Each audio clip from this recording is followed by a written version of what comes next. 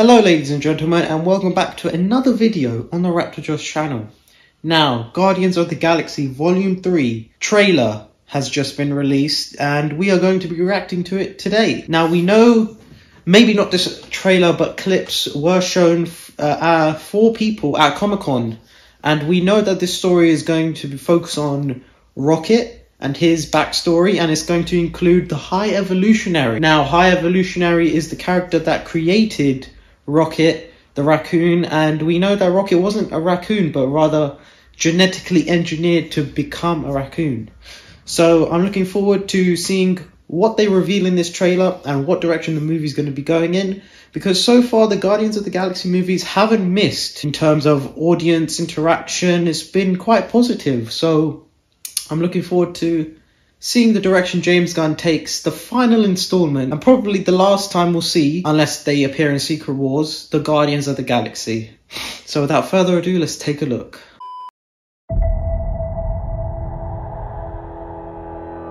We were gone for quite a while. But no matter what happens next, the galaxy still needs its guardians. Hello, we come in peace.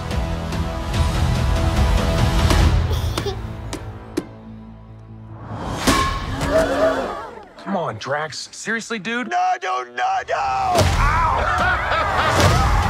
Hey!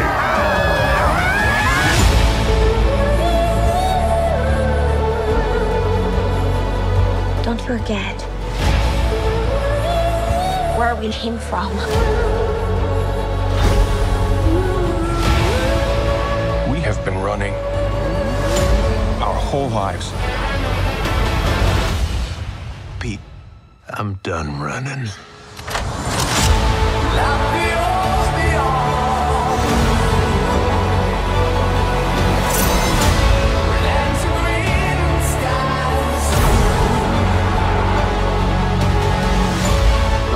We'll all fly away together.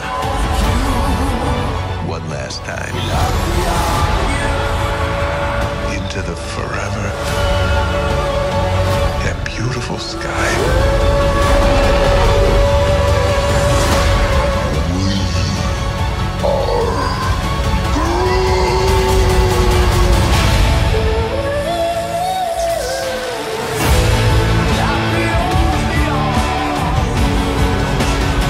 And we'll kill anyone who gets in our way. No, not kill anyone. Kill a few people. Kill no people. Kill one guy, one stupid guy who no one loves. Now you're just making it sad.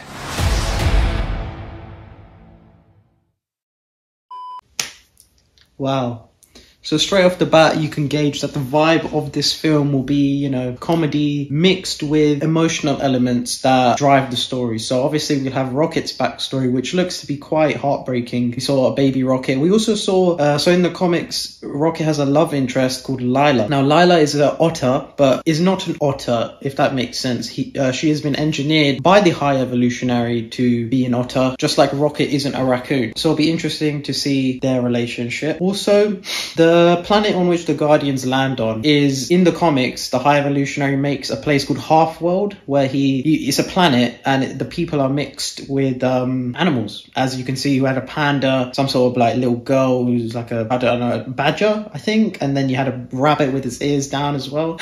And yeah, okay, that's very interesting. I'm looking forward to seeing the relationship, you know, come to an end, how James Gunn will do that, because obviously the team, they've grown quite close over the years, and the fact that it will be interesting to see what makes them split up. So will it be the death of someone? And I don't feel like Rocket is going to die. I feel like maybe a Drax will die or Mantis, but I feel like making Rocket die will be a bit too obvious. Also, we know that from the Guardians of the Galaxy holiday special that the team have set up their base on Nowhere after buying it from the Collector. And yeah, so we know that they've taken a more leading role, and Nebula is, we've heard, is like the political leader there, or something like that. I've heard that somewhere. Also, we know that Peter Quill is trying to find Gamora. So this Gamora, it will be interesting because she doesn't have the same memories past 2014. She only knows that there was this Gamora who existed before and fell in love with Peter, but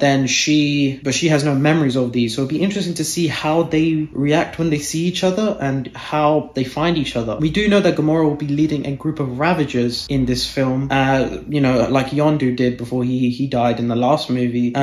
So yeah, that'll be interesting. See, what James Gunn does a brilliant job of combining genres, because, you know, he can make us laugh, but then again, he can take control of the scene and bring such sincerity and emotion to it that, you know, you have to take this movie seriously. You can't treat it as a joke. And that's what past Guardians of the Galaxy movies have done. So I'm very, very excited to see what James Gunn has in mind and how he will bring this team to an end. Like, will it be the death of certain members? Will it just be contrasting adventures or trips that they have to make personally? Like, maybe Peter has to go chase after Gamora, and Rocket, if he doesn't die, tries to go find Lila, and that's how they split up. And then Drax dies or Mantis dies. We also know that Mantis and Peter are brother-sister, because Ego fathered them both. So, but she did not carry the celestial gene, only Peter did. And it'd be interesting to see how that impacts the power hierarchy in the MCU moving forward. We also saw Groot, who's looking very, very swole, and James Gunn did that. He made, you know, Groot look quite bulky in order to differentiate him from the Groot in the first movie, because this is not the same Groot. This is the offspring of the first Groot, the original Groot from Guardians of the Galaxy 1. And he says the famous line, "We are Groot," and that could just be a memory passed down through photosynthesis to this baby Groot. Well, not baby Groot, swole Groot, and that's why he's saying it, and that's why he has all these memories of it. So yeah, I am very, very excited for this movie, and if this movie is received well by critics and fans, this will be probably, you know, this will be a trilogy that will go down in history in the MCU, because it showed great movies, great storylines, and it added to the outer universe of the MCU, if you get what I'm saying. Apologies, I'm a bit ill, so my mind isn't thinking straight, and I'm sort of just blurting out ideas at the camera, but that's all I could tell. Oh, how could I forget this? We saw Will Poulter's Adam Warlock. Now, the post-credits of Guardians of the Galaxy Volume 2 teased Adam Warlock in the Golden People. I can't remember what they're called. The Sovereigns. The Sovereignty. Yeah, they teased him in the Cocoon. And there are these people who work under the High Evolutionary called the Geneticists. And perhaps they assisted in the creation of Adam Warlock. Now, Adam Warlock is a very powerful person in the comics. He actually has the Soul Stone in his head in the comics. But obviously, they want to move past the stones in this new phase of the MCU. So what he has in his head is an homage to the comics, where he has the Soul Stone, but it's called a Soul Gem. But I think it's something else.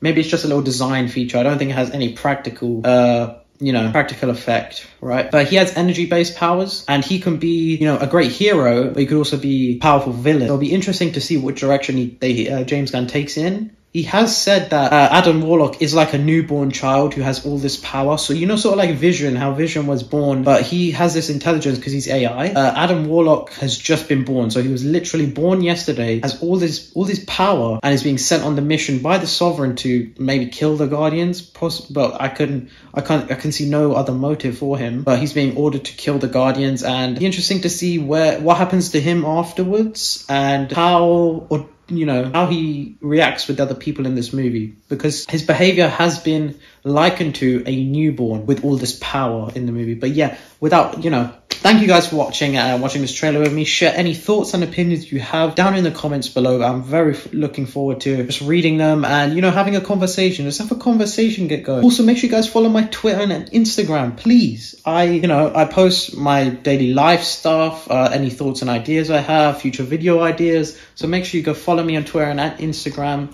Make sure you guys leave a like and subscribe. Make sure you're here for every new video I make, because they are amazing videos, not to toot my own horn or anything. But thank you guys for watching, and I'll see you guys later. Peace.